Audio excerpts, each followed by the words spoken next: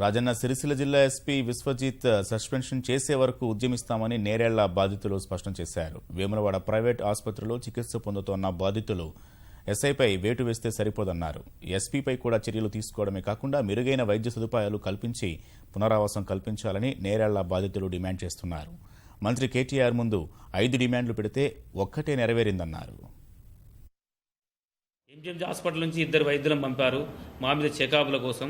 38 రోజుల తర్వాత 40 రోజుల తర్వాత వచ్చి మాకు చెకప్ చేస్తే ఏ గాయం కనబడతా సార్? ఎక్కడున్నా మాకు గాయాలు చెప్పండి. 40 రోజుల తర్వాత నడవలేని పరిస్థితి, కూర్చోలేని పరిస్థితి, రక్తాలు మొత్తం అన్ని రకాల హింసించిన తర్వాత 1 రోజు 2 రోజులు 4 రోజులకు కనపడతాయి. కానీ ఈ 40 రోజుల కనబడే గాయాలు ఎవరికైనా ఉన్నాయా సార్? ఇంత అన్యాయమైన గవర్నమెంట్ మమ్మల్ని ఎట్లా చేస్తుంది? నిన్న వచ్చి ఎక్కడున్నా ఫోటో కొడితే మేము బొమ్మలమా సార్? మేము బొమ్మలా కనబడమా? మొత్తం దెబ్బలని మొత్తం బర్రెలు ఉన్నాయి, బర్రెలు మానిపోయినాయి.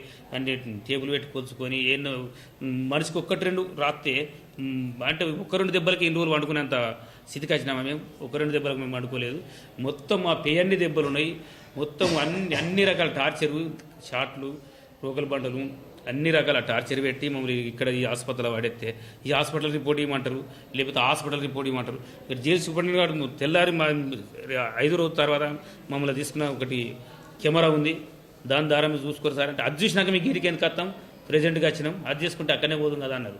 అదే సార్ మరి ఇప్పుడు అది తీసుకోక మరి అంత మాన్య తర్వాత మీరు తీసుకునేది అయితే ఏం లేదని రాస్తారా అంటే అట్లేం లేదు, రాస్తాం అని చెప్పి నాకు ఇక్కడ తగిలింది సార్ అని ఇక్కడ దెబ్బ కూడా చూస్తే సరే ఇక్కడ గోకుడు ఉందా, ఇక్కడ దురుదుందా, ఎస్పీ గారు దొక్కిరని అంటే ఇక్కడ దురుదుందా, ఈ వంకర తొంకర మాటలు మాట్లాడారు.